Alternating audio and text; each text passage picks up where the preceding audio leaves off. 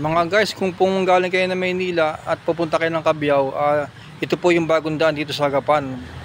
Agapan to Cabiao, ito pong bypass road na to. Bagong gawa po itong kalsada na to mula Agapan hanggang Cabiao, shortcut. Ito pong bypass road. Kaya kung manggaling po kayo na Maynila, ayan, pwede po kayo dumaan dito, shortcut, walang traffic. Dire-diretso na po yan hanggang Cabiao, itong bypass road na yan hanggang sa Cabiao. Tingnan natin itong daan na to. Pasok tayo.